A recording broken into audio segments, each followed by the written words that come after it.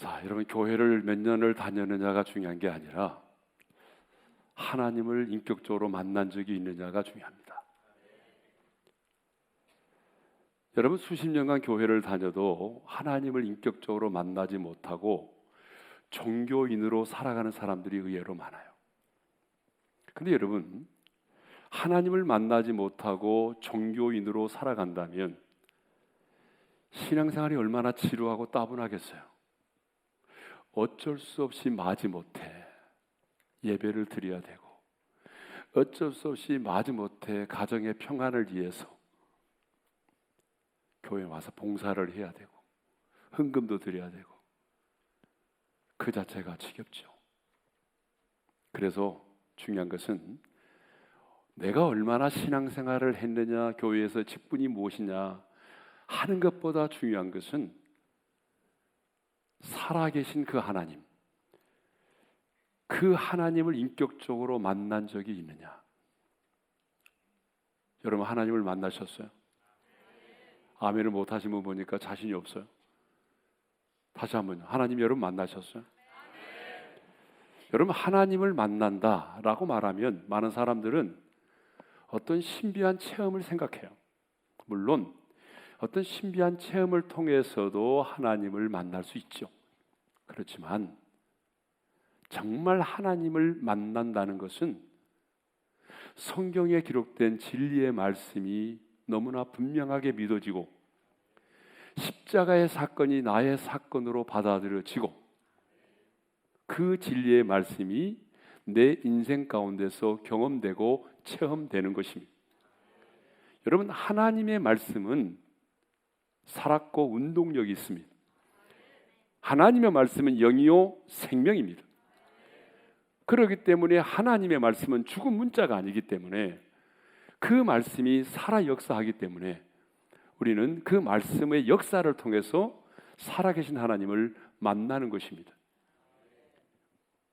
근본에 3일 동안 청년 단열 기도회까지 4일 동안 진행되는데, 근본이 단열 기도회 기간 동안에 선포되는 말씀을 내게 주시는 말씀으로 받고 그 말씀을 붙들고 씨름해서 그 말씀대로 이루시고 행하시는 신실하신 하나님의 역사를 우리 모두가 경험할 수 있기를 바랍니다.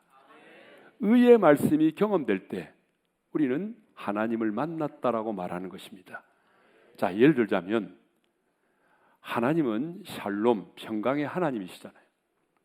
근데 여러분들이 오늘 여기 오기 전에 부부싸움을 했던지 어떤 일로 인해서 내 마음이 불안하고 두려웠어요. 평안이 깨졌어요. 그런데 하나님을 찬양하고 말씀을 듣고 기도하는 시간에 내 상황은 변한 것이 없는데 오늘 내 마음속에 지금까지 경험해 보지 못한 정말 하늘로부터 임하는 그 평안을 여러분들이 누리게 되었다면 여러분은 이 시간에 그 샬롬의 하나님, 평강의 하나님을 만나신 것입니다. 여러분이 어떤 육체의 질고로 인해서 고통당하고 있는데 여러분이 말씀을 듣고 찬양하고 기도하는 시간에 하나님께서 여호와 라파의 하나님께서 치료의 광선을 발하셔서 여러분들의 육체의 질병으로부터 고침을 받았다고 한다면 우리는 여호와 라파, 오늘 나를 고치시는 그 하나님을 만나게 되는 것입니다. 여러분, 우리 하나님은 일을 행하시는 하나님이십니다. 우리 하나님 끊임없이 여러분의 삶의 현장 속에 기도의 제목 가운데 여러분의 비전 가운데 하나님은 일하기를 원하십니다. 그래서 오죽하면 하나님은 나는 일하고 싶다, 나로 쉬지 못하게 하라고 말씀하십니다. 하나님은 일하기를 원하십니다. 근본에 단열 기도의 기간에도 하나님은 여러분의 인생 가운데, 여러분의 비전 가운데, 여러분의 기도의 제목 가운데 우리 하나님은 끊임없이 일하시기를 원하십니다. 여러분, 아멘 하시기를 바랍니다. 저는 부흥사가 아니기 때문에 아멘을 유도하지를 못합니다. 그렇지만 여러분들이 선포되는 말씀이 진리고 그 말씀이 내게 주시는 말씀이라고 확신이 된다면 성경에 아멘하여 하나님께 영광이 되느니라. 여러분, 아멘으로 받아들이면 여러분에게 복이 될 줄로 믿습니다. 예. 그러나 아무 때나 아멘하면 또 안 됩니다. 잘 들어보시고 이 말씀이 진리고 내게 주시는 말씀이라고 확신되면 그때 아멘으로 말씀을 받으시기를 바랍니다. 예. 여러분, 진리는 체험되게 돼 있어요. 체험되지 않는 것은 진리가 아닙니다. 하나님의 말씀은 진리입니다. 그렇다면 이 진리의 말씀은 반드시 우리 인생 가운데 경험되고 체험되는 것입니다. 그래서 근본에 이 단열 기도의 기간에 하나님의 말씀이 여러분의 인생 가운데 경험되고 체험될 수 있기를 바랍니다. 자, 오늘 제가 전할 제목은 이렇게 영적인 침체를 이겨내라입니다. 여러분, 우리 인생길에는 보면은 오르막도 있고 내리막도 있습니다. 전라도에서는 깔끔하기라고 그러던가요? 하여튼 그런 게 있습니다. 오르막이 있고 내리막이 있습니다. 우리 인생도 보게 되면 참 수없이 다가오는 수많은 고난을 경험하면서 정말 수많은 고통을 당하면서 어렵게 인생의 오르막길을 올라가는 그런 사람들이 있습니다. 여러분, 고난이 다가올 때 보게 되면 어때요? 주기적으로 오는 게 아니잖아요. 고난이 다가올 때 보게 되면 한꺼번에 쓰나미처럼 몰려옵니다. 그러니까 내 인생 가운데 반복되는 그 고난을 겪으면서 어쩔 수 없이 마지못해서 힘겹게 인생의 오르막길을 올라가는 사람이 있어요. 또 주변에 보게 되면 이 좋은 땅, 이렇게 아름다운 뉴질랜드 와가지고 아무런 어려움이 없이 너무나 쉽게 평탄하게 내리막길을 걷는 사람처럼 그렇게 인생의 길을 걷는 사람이 있습니다. 여러분, 전도서도 보게 되면 우리 인생을 말하면서 울 때도 있고 웃을 때도 있다, 그렇게 말하고 있죠. 슬플 때도 있고 또 춤을 출 때도 있다, 그렇게 말하잖아요. 여러분, 우리의 신앙생활도 보게 되면 어떤 때는 성령 충만해서 독수리처럼 막 날아오를 때가 있어요. 그렇죠? 금방이라도 순교할 것처럼. 예? 그런데 어때요? 며칠 지나고 나면 영적인 침체를 겪으면서 마지못해서 교회를 나오는 그런 때가 있거든요. 엘리야라고 하는 그 하나님의 사람이 그랬어요. 오늘 본문 읽기 전에 엘리야가 어떤 일이 있었냐 그러면 엘리야가 갈멜산에서 바알의 선지자 450인과 치열한 영적인 전쟁을 벌였습니다. 여러분 잘 아시니까 그 내용은 생략하겠습니다. 처음 나오신 분 안 계시죠?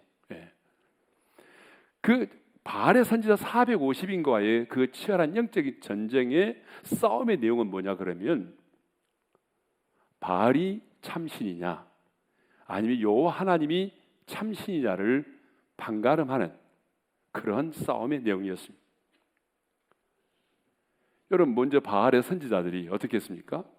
450명이 그 제단 위에 제물을 올려놓고 부르짖어 기도합니다.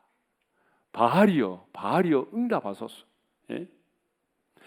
하늘에서 불을 내려주소서 하면서 아침부터 저녁 소재 드릴 때까지 부르짖었습니다. 얼마나 간절하게 부르짖었을까요? 나중에는 아무 소리, 아무 응답이 없으니까 칼과 창으로 자신들의 몸을 막 자해하면서 피를 철철 흘리면서 부르짖었어요. 아무 응답이 없었어요. 하나님의 사람 엘리야가 어떻게 합니까? 제단을 쌓고 거기에 송아지를 올려놓고 그 다음에 물을 부었어요. 물을 부은 다음에 하나님 앞에 기도합니다. 그랬더니 하나님께서 어떻게 역사하셨느냐? 열왕기상 18장 38절을 보게 되면 여호와의 불이 임했다라고 되어 있습니다.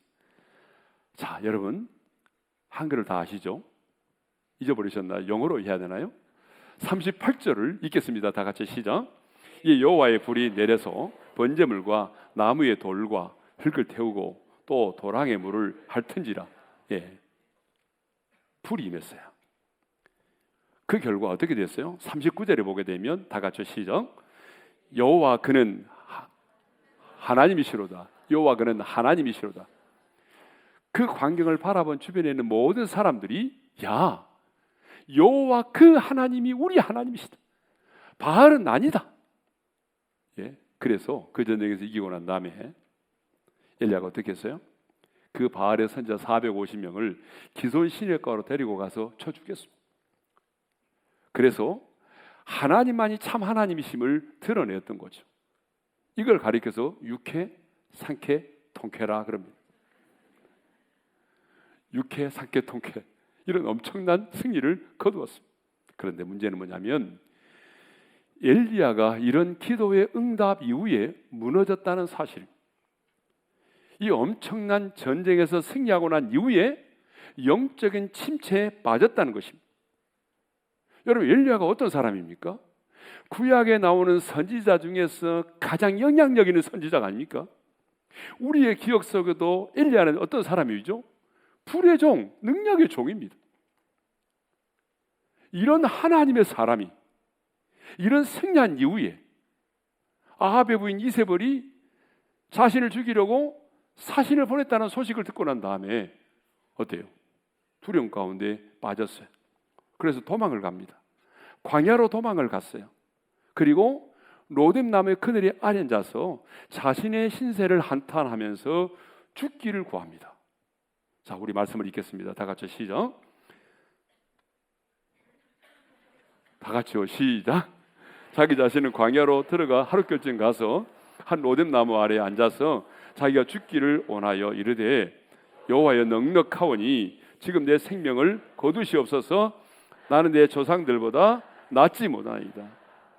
자, 영적인 침체에 빠졌다는 것입니다. 그럼 여러분, 영적인 침체가 뭐냐? 더 나아가서 세상의 말로 말하면 우울증이란 어떤 것이냐? 우울한 감정의 침체가 계속돼서 자신의 힘으로, 자신의 의지로 극복이 안 되는 상태를 영적인 침체, 더 나아가 우울증이라고 말합니다. 여러분, 우울한 감정 그 자체가 우울증은 아닙니다. 아마 내일 오셔서 간증을 하실 그 김진규 감독님이 아마 리얼하게 자신에 대한 간증을 할 겁니다. 이분은 엄청난 우울증에 빠졌던 분입니다. 내일 들어보시면 알아요. 예. 그러니까 우울한 감정 자체가 우울증은 아닌데 시간이 지나도 우울한 감정이 사라지지 않고 어때요? 그 감정의 상태가 지속되는 현상을 우울증이라고 말한다는 거죠. 예. 그런데 이런 영적인 침체에 우울증에 우리가 빠지게 되면은 어떤 일들이 일어나는가 하면은 내 자신이 굉장히 초라하고 비참하게 느껴집니다. 여러분, 여기 이 자리에 앉았지만 내 자신이 굉장히 초라하게 느껴지고 비참하게 느껴지고 자기 연민에 빠지고 삶의 의욕이 저하되고 무기력해지고 무슨 일을 해도 재미가 없어요. 예? 괜히 우울해지고 슬퍼지고 마음이 답답해져. 누구만 만나도 눈물이 먼저 나. 하나님이 나를 버리신 것처럼 느껴져요. 내가 하나님에게서 멀리 떠나 있는 것처럼 느껴져요. 그러다 보니까 하루에도 몇 번씩 죽고 싶은 생각이 드는 거예요. 자살 충동을 느낍니다. 제가 오늘 설교하러 오기 전에 직전에 인터넷 검색을 해봤어요. 그랬더니 WHO 세계보건기구에서 조사에 의하면 전 인구의 3억 명이 우울증에 걸렸대요. 근데 우리나라는 퍼센트가 더 높아요. 2024년도 우리나라는 우울증으로 확진받고 치료를 받은 사람이 몇만 명이냐면 114만 명입니다. 놀라운 것은 남성보다 여성 비율이 훨씬 높고 연령대 비율로 보게 되면 어르신들보다도 20대 청년들이 가장 많이 우울증을 겪고 있다는 거예요. 그러니까 남의 얘기가 아닙니다. 영적인 침체 우울증이 남의 얘기가 아닙니다. 여러분, 목회자들 가운데서도 지금 이런 일들을 너무나 많이 겪고 있어요. 우리 교회에서도 지난주에 한 분이 사임을 했어요. 내가 우리 목사님한테 들었는데 지방에 있는 한 목사님, 부목사님은 스트레스를 너무 많이 받아가지고 우울증에 걸려가지고 내일 우리 아이들 수련회를 가야 되는데 그 전날에 차 안에서 연탄불을 피워가지고 자살을 시도했어요. 근데 지금 살아계십니다. 여러분, 남 얘기가 아니에요. 우리가 성경을 봐도 영적 침체와 우울증은 예수를 잘 믿는 하나님의 사람들에게도 있다는 거예요. 오늘 우리가 생각하는 엘리야에게도 있었고 순전하고 정직하고 하나님을 경외하며 악에서 떠난 자라고 하나님이 인정하고 하나님이 칭찬했던 욥에게도 한순간 있었어요. 위대한 지도자인 모세에게도 있었어요. 그러면 엘리야가 이런 영적인 침체에 빠져 있을 때에, 자신의 신세를 막 한탄하면서 죽기를 구하고 있을 때에, 그때 하나님은 엘리야에 대해서 어떻게 대하셨느냐는 거야. 하나님은요, 이런 엘리야를 보시면서 예면하지 않으셨어요. 이렇게 영적 침체에 빠져서 자신의 신세를 한탄하면서 죽기를 구하던 엘리야에게 하나님은 그 엘리야를 책망하지 않았습니다. 엘리야, 너 믿음이 그 정도밖에 안 돼? 네 수준이 이 정도밖에 안 되는 거야? 아니, 네가 선지자라면서 선지자가 돼가지고 그 모양이냐? 여러분, 이렇게 하나님은 그 엘리야를 정죄하지 않았어요. 하나님은 로뎀나무 아래 누워서 자신의 신세를 한탄하며 죽기를 구하고 있던 엘리야에게 천사를 보내서 어루만져 주셨고, 구운 떡과 물을 먹고 마시게 하심으로 힘을 얻게 하셨어요.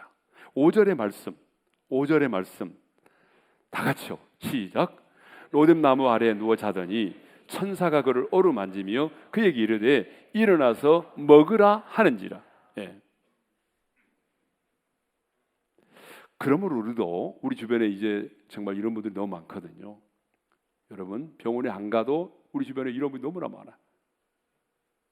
이렇게 뉴질랜드 참 아름다운 곳에 살면서도 여러분, 영적인 침체와 우울증에 걸려 있는 분들이 의외로 많거든요.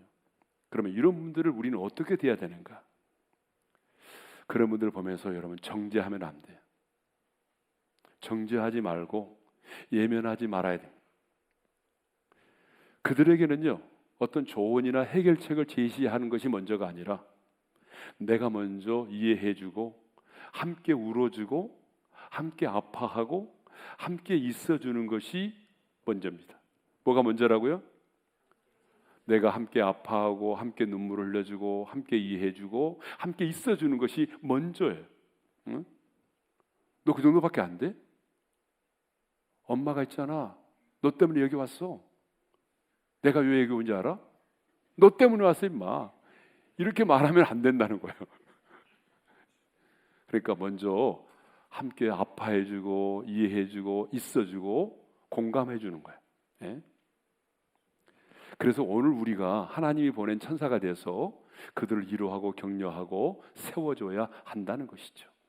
자, 그러면 이제 본격적으로 어떻게 하면 우리가 우울증인 영적인 침체를 극복하고 이겨낼 수 있는가? 오늘 4가지인데 첫 번째가 뭐냐 그러면 하나님의 사랑을 확신하라.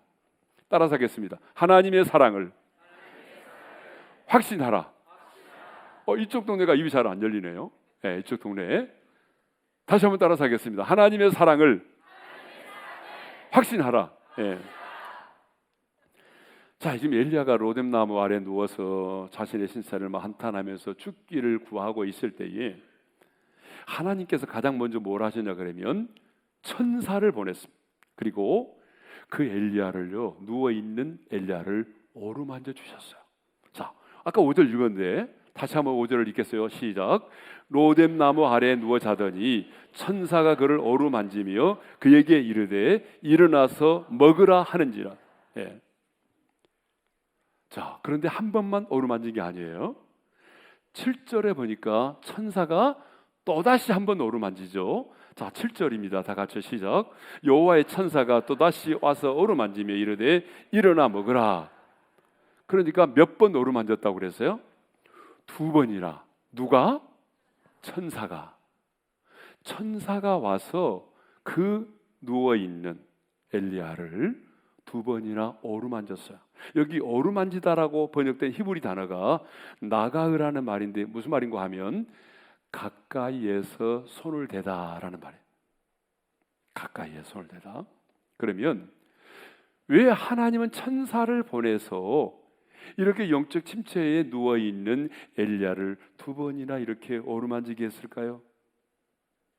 그것은 하나님은 영이시기 때문에 손이 없어요. 그렇죠? 하나님은 영이십니다. 그래서 하나님에게는 손이 없어요. 그런데 그 하나님의 손길을 천사를 통해서 어루만져 주심으로 그 하나님의 손길을 감각적으로 직접적으로 느낄 수 있도록 어루만져 주신 거예요. 그러니까 우리말 사전에도 어루만지다라고 하는 게 뭐냐 그러면 가볍게 쓰다듬어 만지다, 이렇게 가볍게 쓰다듬어서 만지다. 예. 주변에 있는 사람 가족끼리만 하셔야 됩니다. 이때다 싶어가지고 어루만지면 안 돼요. 자, 그렇지 않으면 경찰에 끌려가야 돼요. 여기는 또 심하다면서요, 그게. 예. 가족끼리 왔으면 한번 어루만져 주세요. 어루만져, 툭툭 치는 게 아니에요. 어루만져 주세요. 툭툭 치면 안 돼요. 예, 어루만져 주세요. 이렇게 어루만져 주세요. 예. 자, 왜 하나님은 이렇게 천사를 보내서 어루만져 주게 했을까? 하나님의 사랑을 느끼고 깨닫도록 하기 위해서입니다. 그러니까 이런 말이죠. 엘리야야, 나는 너를 사랑해. 나는 너를 포기한 적 없어. 나는 네가 갈멜산의 영적인 전쟁에서 승리할 때나 지금 로덴나무 아래에 누워있는 지금이나 나는 변함없이 너를 사랑해. 여러분, 스킨십에는 사랑의 언어가 있어요. 어떤 때는요, 말로 하는 것보다 이 스킨십의 언어가 더 강하다는 거 말해요. 이렇게 하나님께서 천사를 보내서 2번이나 엘리야를 만져주신 것은요, 하나님께서 엘리야를 그만큼 포기하지 않고 내가 너를 사랑하고 있다고 하는 것을 어때요? 감각적으로 깨닫도록 하기 위함이라고 하는 거예요.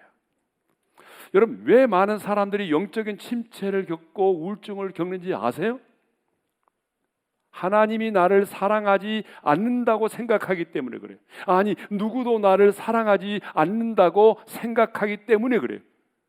자기 자신은 너무나 비참하고 추해서 사랑을 받을 만한 자격이 없기 때문이라고 생각해요.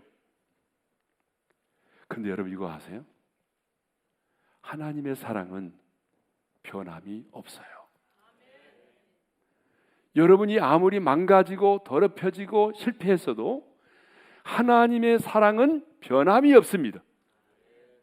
여러분이 연약하여 넘어졌을지라도, 심지어 결혼 생활에 실패했을지라도, 사업에 실패했을지라도, 유혹에 넘어졌을지라도, 여러분이 영적인 침체 가운데 빠져 있을지라도, 아니 그래서 하나님의 징계 가운데 있을지라도 하나님은 여러분을 사랑하십니다. 그러니까 여러분이 범죄함으로 하나님이 여러분을 징계하신다 할지라도, 그 징계 가운데 있을지라도 하나님은 여전히 여러분을 사랑하신다는 거예요. 그래서 오늘 성경 구절을 써오지 않았지만 이사야 43장 4절에 보게 되면 이런 말씀이 있어요. 네가 내 눈에 보배롭고 존귀하며 내가 너를 사랑하였은즉. 예. 이거 어떻게 올라와 있지? 내가 쓰지 않았는데. 야, 나만 적어하는데 올라와 있네. 깜짝 놀랐네. 네가 내 눈에 보배롭고 존귀하여. 하나님의 눈에 너는 보배롭고 존귀하다는 거예요. 너의 눈이 아니라 내 자신의 눈으로 보게 되면 나는 한심하고 초라하고, 엄마가 왜 나 같은 놈을 낳고 미역국을 먹었나 싶을 정도로 내가 너무 초라하게 보이고 내 자신에 실망할 때가 많고, 그런데 하나님 분명히 말합니다. 내 눈에, 하나님 당신의 눈에 너는 보배롭고 존귀하대요. 보배롭다는 말이 무슨 말이에요? 가치가 있는 존재라. 무엇과도 비교할 수 없을 만큼 가치가 있는 존재. 그 다음에 존귀하다는 말은 무겁다는 말이에요. 내가 너를 가볍게 여기지 않겠다. 그래서 공동 번역에서는요, 이 부분을 이렇게 번역을 해놨어요. 공동 번역. 와, 내가 안 보내는데 어떻게 썼는지 모르겠어요. 우리 한번 읽어볼까요? 다 같이 시작. 너는 눈에 넣어도 아프지 않을 나의 귀염둥이, 나의 사랑이다. 여러분, 우리가 그런 표현 언제 씁니까? 너는 내 눈에 넣어도 아프지 않을 내 새끼야, 이렇게 말하잖아요. 얼마나 사랑스러우면 우리가 눈에 넣어도 아프지 않을 만큼 그렇게 사랑스럽다고 내 자녀에게 말하잖아요. 여러분 그러잖아요. 자녀가 다 잠을 자고 있는 자녀를 바라보게 되면 진짜 눈에 넣어도 아프지 않을 것 같아. 그런데 하나님이 우리를 향해서 쓰는 표현이 뭐예요? 너는 내가 내 눈에 넣어도 아프지 않을 나의 사랑, 나의 귀염둥이야. 그런데 그러면 하나님이 언제 이 말씀을 하셨냐는 거예요. 이스라엘 백성들이 참 말도 잘 듣고 순종 잘하고 예배 잘 드리고 그럴 때 하나님이 주셨으면은 내가 설교를 안 하지. 그럴 때가 아니에요. 범죄하고 우상숭배하고 타락해가지고 이제 선지자를 통해서 그들에게 하나님의 심판, 하나님의 심판이 선포되었을 때 이스라엘 백성들 멘붕에 빠졌어요. 이제 우리가 바벨론의 침략을 받아서 멸망을 하고 원수의 나라로 포로로 끌려가고 성전이 불에 타고 그래서 하나님 우리를 버리신 거 아니야? 그때 하나님 주신 말씀이에요. 그래, 너희들은 징계 가운데 있을지라도 너희들을 향한 내 사랑은 변함이 없어. 나는 너를 여전히 사랑해. 아멘. 그게 하나님의 사랑이에요. 그래서 이 사실을 알았던, 이 하나님의 사랑을 알았던 사도 바울이 로마서 8장 35절에서 이렇게 말합니다. 읽겠습니다. 시작. 누가 우리를 그리스도의 사랑에서 끊으리요? 환난이나 공고나 박해나 기근이나 적신이나 위험이나 가리라. 그 다음에 38절 39절 다 같이요. 내가 확신하노니 사망이나 생명이나 천사들이나 권세자들이나 현재일이나 장래일이나 능력이나 높음이나 깊음이나 다른 어떤 피조물이라도 우리를 우리 주 그리스도 예수 안에는 하나님의 사랑에서 끊을 수 없으리라. 이것이 바울이 가졌던 확신입니다. 바울이 가졌던 확신이 뭐냐? 그 누구도, 그 어떤 것도, 그 어떤 상황도 그리스도 예수 안에는 하나님의 사랑에서 나를 끊을 수 없다는 것이, 이것이 바울이 가졌던 확신. 죽음도, 이별도, 어떤 고통도 그리스도 예수 안에는 하나님의 사랑에서 나를 끊을 수가 없어요. 왜 그런지 아세요? 우리를 향한 하나님의 사랑은 헤세드, 여러분이 행위에 근거한 사랑이 아니라 언약에 근거한 사랑이기 때문입니다. 여러분이 하나님을 먼저 사랑한 것이 아니라 하나님이 여러분을 먼저 사랑하셨기 때문입니다. 만일에 여러분이 하나님을 먼저 사랑했다면 우리와 하나님의 사랑은 이미 끝났어요.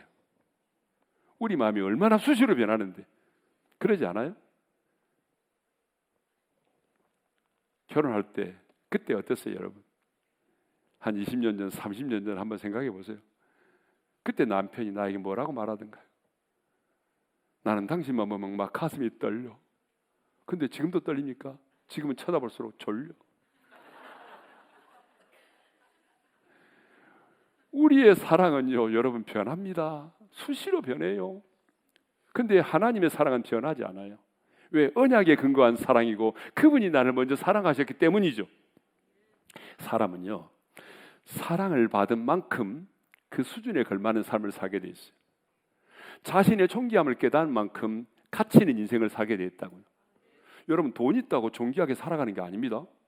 돈이 없어도, 가방끈이 짧아도, 뭐 우리나라로 말하면 서울 관악산에는 서울대를 나오지 않고 서울 상대, 서울에서 상당히 떨어진 대학, 비행기 타고 가는 대학, 그런 대학 나와도 여러분 정말 주님의 사랑을 받고 존귀함을, 자신의 자존감 있는 사람들은요, 여러분 당당하게 살아갑니다. 예? 그 김창옥 교수가 그런 말을 했어요. 김창옥 교수 아세요? 어디 예수님 제자는 몰라도 그분을 알대.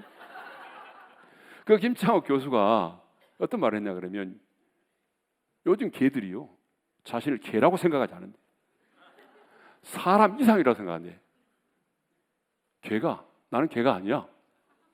옛날에 솔직히 말해서 우리가 무슨 말할 때에, 욕할 때 개가 들어갔어 안 들어갔어요? 어르신들 예전에 우리가 욕할 때 앞에 개자가 들어갔어요 안 들어갔어요? 저쪽에는 안 했나 봐요. 전혀. 옛날에는 욕할 때 뭐 개 해가지고 막 쌍시옷 들어가고 개하고 막 짓 들어가고 그랬잖아요. 예? 욕할 때 개가 많이 들어가서 개. 그런데 요즘에는요, 개가, 나는 개가 아니야. 왜? 우리가 그렇게 만들어놨잖아요. 뭐라고 말합니까? 걔한테 아빠 갔다 올게, 엄마 갔다 올게, 잘 있어, 엄마 보고 싶었지? 언제부터 족보가 그렇게 됐어요? 그래서 이놈의 걔가, 이놈의 걔라고 하면 되지. 걔가, 나는 걔가 아니야, 사람 이상이야. 여러분, 걔도 사랑을 받으니까 존귀함을 가지고 나는 걔가 아니라고 덤벼드는데. 아프리카 한 외진 마을에 한 의사가 의료봉사를 갔대요. 의료봉사를. 근데 그 마을에 보니까 그 마을에 장래가 촉망된 한 청년이 있었어. 외국에 가서 선진 기술을 배워가지고 온 유명한 장래가 촉망된 청년이 있었다. 그런데 아프리카는 지금도 그렇습니다. 여러분, 지금도 아프리카 가보니까 그 청혼을 하는데 어때요? 암소 몇 마리를 가지고 와서 당신의 딸을 내게 주십시오라고 하는 청혼 제도가 있습니다. 그래서 남자들이 결혼하려면 보통 여자가 그냥 별 볼 일 없는 여자라고 생각하면 암소 한 마리, 조금 괜찮다 싶으면 2마리, 대학 나오고 맞벌이 할 수 있는 상태가 되면 3마리, 요 정도 3마리를 주고 이제 청혼을 하고 결혼을 한단 말이에요. 네? 몇 년 전에 제 딸을 데리고 왔는데 뭐 암소 10마리 줄 테니까 팔라고 막 그러더라고요. 근데 그 유망한 청년이 이분이 과연 누구에게 청혼할까? 그게 그 마을의 관심사였어요. 어느 날 동네가 확대찌거리에서 나가보니까 드디어 이 청년이 이제 청혼을 하기 위해서 암소를 끌고 나가는데 무려 9마리. 몇 마리? 9마리. 암소 9마리를 끌고 청혼하러 나가는 거예요. 누구에게 갈까? 촌장의 집도 지나치고, 바나나 농장의 주인 집도 지나치고, 선생님의 집도 지나치고, 그 마을의 외진 곳에 있는 아주 빈약한 집에 딸에게 갔어요. 그 딸은 어느 정도 키가 엄청나게 큰데 병약해가지고 자기 그림자만 보고도 놀랄 정도로 그렇게 병약해 보이는 여자였어요. 근데 이 여자와 결혼을 했어요. 마을에 이런 소문이 돌았어요. 이 여자가 마법을 걸었다. 마법을 걸지 않고 어떻게 이 남자가 그 여자하고 결혼하냐? 몇 년이 지났습니다. 이 의사가 다시 그 마을을 찾아갔어요. 궁금해서 그 집에 갔어요. 저녁 식사를 초대받고 밥을 먹고 난 다음에 앉아 있는데 너무나 멋지게 생긴 흑인 여자가, 예전에 그 모습이 아니죠. 굉장히 우아하고 단아하고 영어도 유창하게 쓰면서 찻잔을 들고 차를 대접을 했어요. 그때 마음속으로 이렇게 생각해서, 그렇지, 적어도 이 남자라면 이 정도의 여자는 만나야지. 그때 그 여자를 버렸구나, 그렇게 생각을 했는데 선생님, 바로 그 여자가 그때 제가 결혼했던 여자입니다. 저는 한 번도 제 아내에게 공부를 하라, 뭘 배워라 말한 적이 없습니다. 여러분, 똑같은 여자인데요, 자기가 암소 몇 마리? 9마리를 받고 결혼했잖아요. 그 동네에서는요 그래 본 적 싹 없어요. 가장 잘 나가는 여자가 3마리, 자기는 암소 9마리를 받고 결혼했잖아요. 그러니까 뭐요? 이 마을에 암소 9마리 받고 결혼한 여자 있으면 나와봐. 그런 말은 하지 않았지만 적어도 그 정도의 자존감을 가지고 사는 거예요. 나는 암소 9마리를 받고 결혼한 사람이야. 자존감이 올라간 거예요.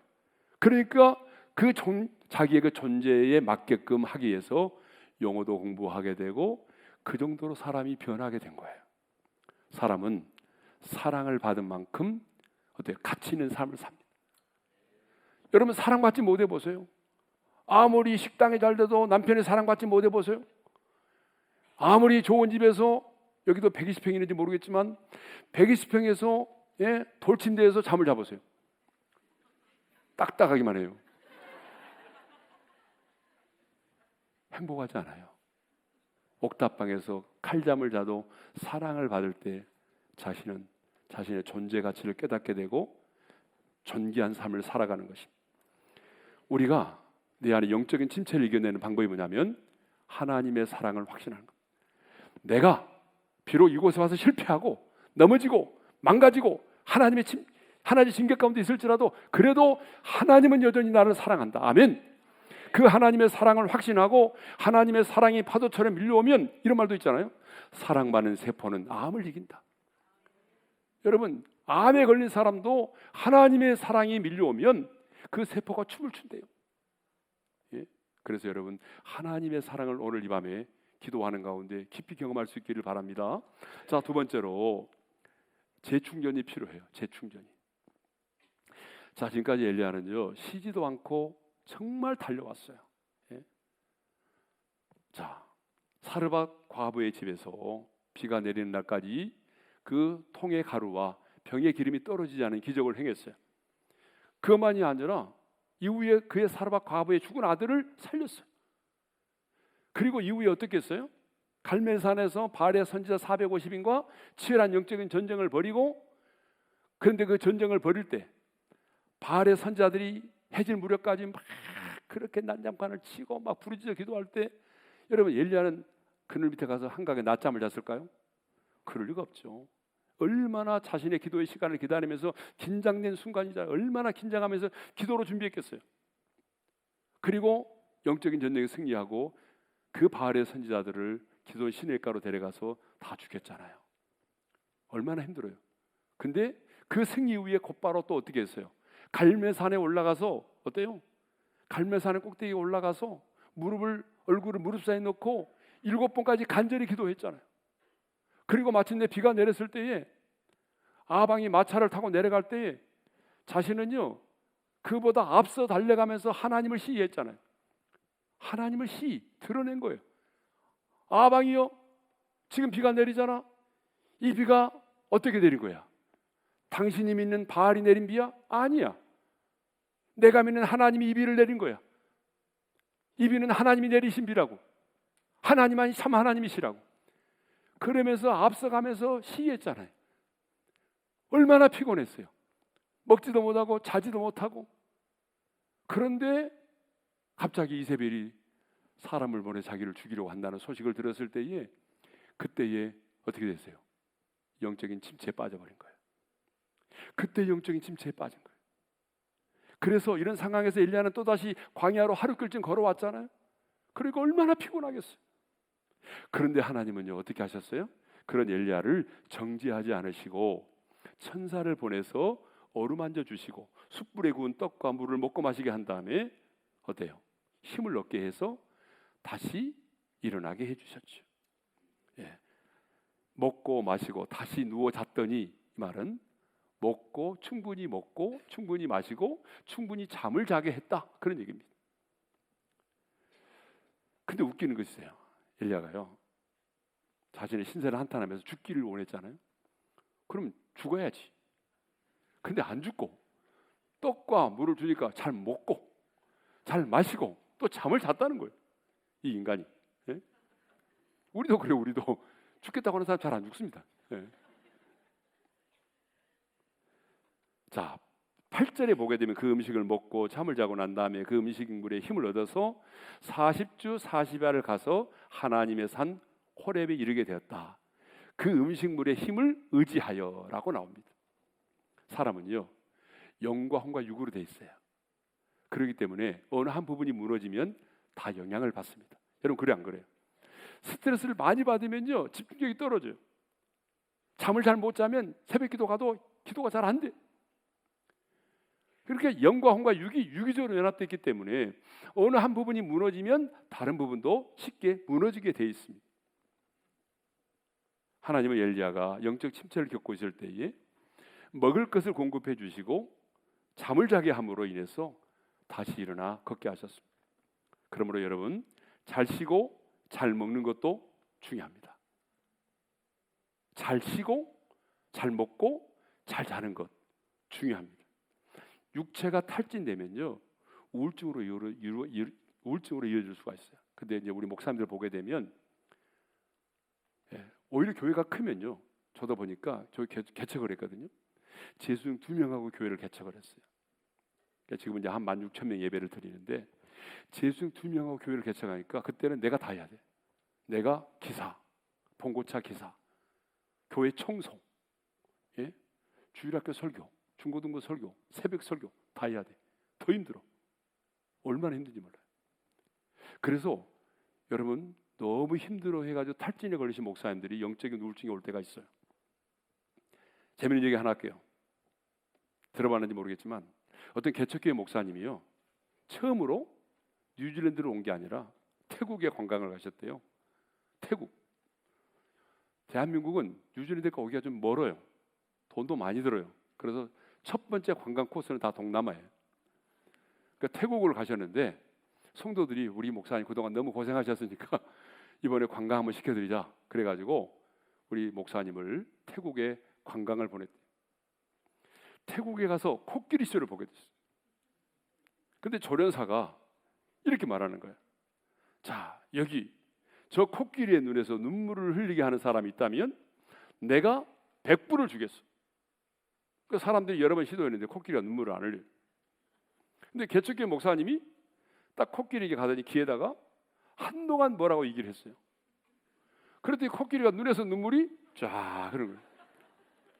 그래서 조련사가 열받아가지고 당신 도대체 무슨 얘기를 했길래 코끼리가 저렇게 눈물 흘리냐고 물어봤더니 개척교회 얘기를 해줬대요. 개척교회 얼마나 힘든지 얘기를 했. 그랬더니 코끼리가 감동을 받아가지고 막 눈물을 쫙 흘리더래요. 그래서 조련사가 더 열받아가지고 그러면 이번에는 코끼리 앞발 뒷발을 들게 하면 내가 또다시 100불을 주겠어 그랬대요. 앞발 뒷발을 코끼리가 들게 하면. 딱 목사님이 가더니 한마디 했어요. 너 나랑 같이 가서 개척교회 할래? 그 말을 한마디 하니까 코끼리가 앞발 뒷발을 들었다는 거예요. 그만큼 개척교회가 힘들고 어렵다는 얘기잖아요. 예, 저도 개척교회 해봤는데 쉽지 않습니다. 저는 개척교회 목사님들의 참 마음을 알아요. 예, 저도 새벽기도 제 아내하고 단둘이 할 얘기 참 많고, 제 아내가 아이 기저귀 갈아준다고 들어가 버리면 졸지 아무도 없고 벽 보고 설교하고. 예, 저는 개척교회 목사님의 심정을 제가 알아요. 예, 제 선배 목사님이 개척교회 하는데 새벽기도 하는데 아무도 안 오는 거예요. 진짜 새벽기도 준비해가지고 하는데 저 문이 열리면서 성도가 들어오기를 바라는데 아무도 안 들어오니까 한날은 하나님 저 문이 열리면서 지새끼라도 들어오게 해주세요 그랬대요. 근데 어느 날 진짜 설교를 하는데 문이 열리면서 지새끼가 들어오더래요, 새벽에. 그래서 목사님이 설교하다 말고 할렐루야 그랬다. 그게 개척교회 목회자의 심정이에요. 예. 자, 두 번째가 뭐예요? 재충전은 필요해요. 그러니까 탈진으로 인해서 여러분들에게 이런 우울증이나 영적인 침체가 왔다면 쉼을 통한 재충전이 필요합니다. 예. 자, 세 번째입니다. 예. 세 번째는 더불어 함께 해야 됩니다. 여러분 영적인 침체를 극복하기 위해서는요, 함께 할 수 있는 동역자가 필요해요. 그런데 엘리야는요, 왜 영적인 침체에 빠졌느냐? 나만 홀로 남았다고 생각하고 있었어요. 나만 홀로 남았다고. 그래서 10절과 14절에 보게 되면 엘리야야, 네가 어찌하여 여기 있느냐라고 하나님 물으시니까 엘리야가 이렇게 말하죠.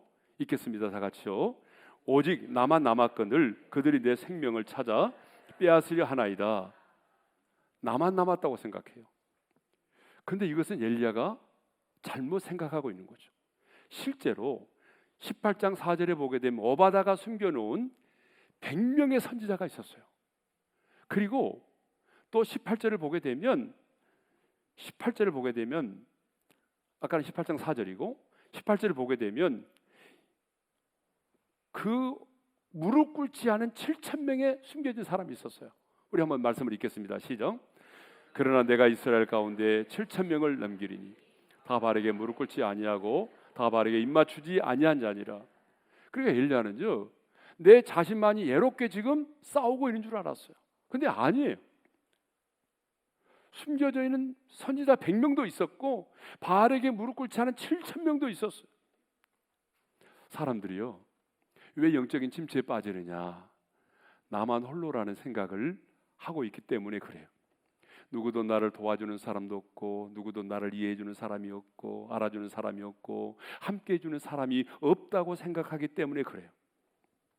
그래서 나 홀로 이런 고난과 고통을 당하고 있다고 생각해요. 그러니까 성도들 만나보게 되면 목사님 왜 저만 이런 어려움을 당해야 되죠? 왜 우리 가정에만 이런 일이 일어나야만 하는 거예요? 이렇게 따지는 분들이 있어요. 근데요, 실제로 보게 되면 나만 이런 고난을 당하는 게 아니에요. 나보다 더 이런 아픔을 당하는 분들이 많아요. 이 세상에는요, 나보다 더한 고난을 당하는 분들이 많습니다. 제가 존경하고 좋아하는 김태훈 선교사님이라고 계세요. 아프리카 에티오피아에 계시거든요. 이분은요, 서울 상대가 아니라 관악산에 있는 서울대 의대를 나왔어요. 서울대 의대를 나와가지고 이분이 어린이 소아 간 이식의 최고의 전문가로 양성이 됐어요. 그래서 아산병원에도 계셨고요.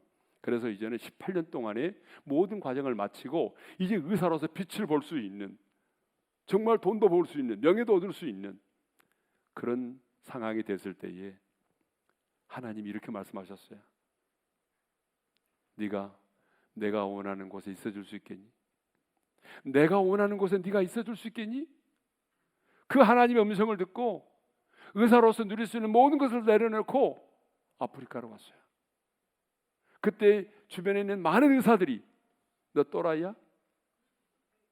의사가 돼가지고 나도 크리스찬이야. 그러면서 굉장히 많은 사람들이 비난했어요. 근데 그 모든 걸 다 잠재우고 모든 걸 내려놓고 아프리카로 갔어요. 선교사로. 그러면 운수 대통해야 되잖아요.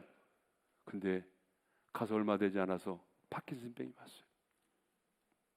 지금도 그 파킨슨병은 계속되고 있어요. 걷기도 힘들어졌어요. 말도 좀 어눌해졌어요.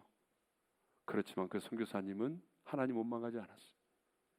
그 상황 속에서 여전히 그 나라의 다음 세대를 세우는 일을 위해서 열심히 달려가고 있어요.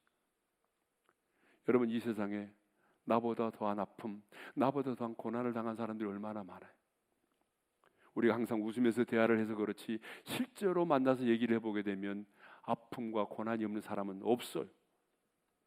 그러므로 영적 침체를 극복하려면 나만 홀로라고 하는 생각을 버려야 됩니다. 그런데 엘리야는 이세벨이 자신을 죽이려고 한다는 소식을 들었을 때에 사람이 아무도 없는 광야로 나갔어요. 광야. 물론 때로는 광야가 하나님을 우리를 연단시키는 장소지만 우리는 영적인 외로움과 고독에 밀려올 때는 광야로 나가면 안 됩니다. 광야는 사람이 없는 곳이에요.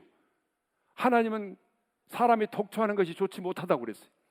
하나님이 싫어하는 것 중에 하나가 뭔지 알아요? 외로움과 고독을 싫어하세요.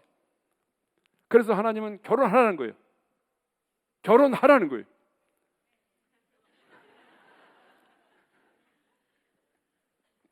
그러므로 여러분, 힘들고 어려운 일을 만나면 광야로 나가려고 하지 말고 믿음의 동역자를 찾고 믿음의 사람들을 찾아서 공동체 안으로 들어와야 됩니다. 그래서 그 공동체 안에서 함께 기도하고 함께 슬픔을 나누고 공동체 안에서 더불어 생활하면서 이겨내야 됩니다. 나 홀로 이겨내려면 절대로 안 됩니다. 여러분, 반드시 공동체 안으로 들어와야 됩니다. 이어른 교수님 아시죠? 우리나라의 최고의 석학이었고 그리고 장관도 지내시고 교수도 하셨고 문필가이시고, 여러분 누가 봐도 이분은 성공한 사람처럼 보이잖아요. 이어른 교수님. 그런데 그분이 자기 자신을 인생의 실패자라고 고백을 했어요. 나는 인생의 실패자입니다. 그 이유는 동행하는 자가 없었기 때문이라는 거예요. 그분 이렇게 말합니다. 내게는 친구가 없어요. 혼자서 나의 그림자만 보면서 달려왔어요. 다들 동행자라고 생각했지만 뒤돌아보니 경쟁자였어요. 가족과 친구들이 있었지만 아내와 오붓하게 영화를 보러 간다든지 자녀들과 야구 구경을 간다든지 하질 못했어요. 이어른 교수님은 인생에 동행자가 없었기 때문에 실패자라고 말했어요. 여러분, 우리 중에 나 홀로라는 생각을 가지고 있는 분이 계십니까? 인생의 로뎀나무 아래 앉아서 죽기를 원하는 분이 있어요? 기억하세요. 여러분은 홀로가 아닙니다. 여러분은 고아가 아니에요. 주님이 분명히 약속하셨어요. 세상 끝날까지 내가 너희와 항상 함께 있으리라. 얼마 전에 내가 난민 선교사님들을 섬기러 가는데 그 난민 선교사님이 이 얘기를 하더라고요. 자기가 어느 날 중고차 매매권 때문에 전화를 받고 나가는데 갑자기 수갑을 뒤로 채운 거예요. 그리고 얼굴에 복면이 씌워졌어요. 그리고 차에 태워졌어요. 차에 태워서 가는 동안에 실탄을 장전하는 소리가 들렸어요. 차카닥. 내가 죽는구나. 이렇게 죽네. 저는 너무 두려웠대요. 그런데 마지막에 이렇게 기도했어요. 하나님, 저요, 이제 어차피 내가 죽게 되는데 죽음의 순간에 두려워하지 않고 담대하게 죽게 해주세요. 그때 기도하는데 하나님이 들려주신 음성이 뭔지 알아요? 볼지어다 내가 세상 끝날까지 너희와 항상 함께 있으리라. 아멘. 이 음성을, 너 혼자가 아니다, 내가 너와 함께 하고 있다. 그런데 사모님도 이 사실을 나중에 알고 난 다음에 집에서 막 기도를 하는, 똑같은 시간에 하나님이 동일하게 사모님에게도 내가 세상 끝날까지 너희와 항상 함께 있으리라, 이 약속의 말씀을 받고 이분들이 풀려났어요. 여러분 홀로가 아닙니다. 여러분 주변에는 아무도 나를 이해해 주는 사람이 없고 홀로 있는 것처럼 보이지만 하나님이 여러분과 함께 하십니다. 눈에 보이지 않는 영이신 하나님이 여러분과 함께 하십니다. 아멘. 그러므로 믿음의 동역자를 만드시고 사랑을 나누시기를 바랍니다. 마지막 네 번째는 간단하게 하겠습니다. 사명을 회복하시기를 바랍니다. 자, 이세벨이 사람을 보내서 자신을 죽이려고 할 때에 엘리야가 도망을 갔어요. 근데 어디로 도망을 갔어요? 유다에 속한 브엘세바로 갔어요. 그리고 그곳에서 사한을 머무르게 한 다음에 4절을 보면은 광야로 하루길쯤 들어가서 로뎀나무 아래에 앉아 있었어요. 그러면 왜 이세벨이 자신을 죽이려고 할 때에 유다에 속한 브엘세바로 갔을까요? 어떤 말씀을 선포해도 아무도 들을 사람이 없는 광야로 갔을까요? 그것은 하나님께서 자신에게 주신 사명을 포기해 버렸기 때문입니다. 하나님은 분명히 엘리야에게 말씀하셨어요. 아합이 다스리고 있는 북이스라엘로 가서 너는 선지자로서 바알의 신전이 가득하고 바알을 숭배하고 있는 이스라엘 백성들에게, 그들에게 우상을 타파하고 하나님만이 유일하신 하나님이심을 드러내라고 말씀을 하셨거든요. 그런데 그 사명을 저버리고 지금 반대길로 간 거예요. 많은 사람들이 언제 영적인 침체를 겪느냐 그러면 하나님께서 내게 맡겨주신 사명을 잃어버릴 때, 하나님이 여러분에게 하라고 하신 그 일을 잃어버리고 세상 일에 분주할 때, 여러분 그때에 영적인 침체를 겪습니다. 저도 이제 초기 은퇴를 했는데 제 주변에 보니까 목사님들이 은퇴하고 나신 이후에 1년 사이에 확 늙어버려요. 1년 사이에 딴 사람이 돼버리는 거예요. 1년 사이에 영적인 침체를 겪고 있는 목사님들이 너무나 많은 거예요. 왜 그런지 아세요? 사명을 잃어버렸기 때문에. 그런데 나이가 들어도 내가 해야 될 일이 있다고 생각하는 사람, 하나님이 내게 주신 소명을 따라서 달려갈 길을 달려가는 사람들은 여러분 영적인 침체에 걸리지 않습니다. 그러므로 여러분들이 지금 하나님의 나라와 복음을 위해서 살아갈 수 있다는 그 사실만으로도 감사할 수 있기를 바랍니다. 그리고 여러분에게 귀한 직분 주심에 대해서 감사할 수 있기를 바랍니다. 자, 로뎀나무 아래 누워서 신세를 한탄하며 죽기를 구하던 엘리야는 하나님께서 천사를 보내서 자신을 어루만져 주시고 구운 떡과 물을 먹고 난 다음에 힘을 얻어서 다시 40주야를 거쳐서 하나님의 산 호렙에 이르게 되었습니다. 다시 하나님의 산 호렙에서 하나님의 임재를 경험하고 세미한 하나님의 음성을 듣게 되었습니다. 그때 들었던 하나님의 음성은 뭡니까? 그래, 네 소원대로 너희 온수 이세벨과 아합을 내가 죽여주리라. 그게 아니었어요. 하나님은 새로운 사명을 주셨는데 그게 뭐냐 그러면 다시 네가 왔던 그 길로 돌아가서 사역의 현장으로 돌아가서 하사엘에게 기름을 부어 아람의 왕이 되게 하고 예후에게 기름을 부어서 이스라엘의 왕이 되게 하고 엘리사에게 기름을 부어 너의 후계자가 되게 하라. 새로운 사명을 주셨습니다. 그래서 엘리야는 다시 사역의 현장으로 돌아가서 하사엘을 아람의 왕으로 세우고 예후를 이스라엘의 왕으로 세우고 엘리사에게 기름을 부어서 자신의 후계자로 삼고 사역을 마무리하게 됩니다. 여러분, 사명이 중요합니다. 하나님의 사람은 사명을 따라 살아가는 것입니다. 혹시 사명을 잃어버렸나요? 여러분에게 주어진 사명은 주 예수께 받은 사명입니다. 주님이 여러분에게 주신 사명입니다. 여러분이 어디에 있든지 간에, 학교에 있든지 가정에 있든지 무엇을 하든지 간에 여러분은 하나님의 대사입니다. 하나님을 대신하여 보냄을 받은 사람입니다.